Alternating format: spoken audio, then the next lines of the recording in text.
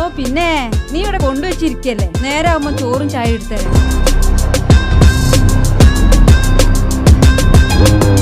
എടാ ആദി എണീക്കടാ. കൂടപ്പറപ്പുകളെ പോലെയാ ഞാൻ എൻ്റെ സുഹൃത്തുക്കളെ കണ്ടത്. എനിക്ക് വീടില്ല.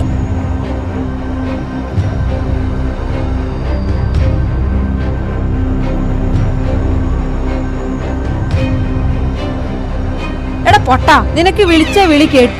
ഇവനെവിടെ പോയി?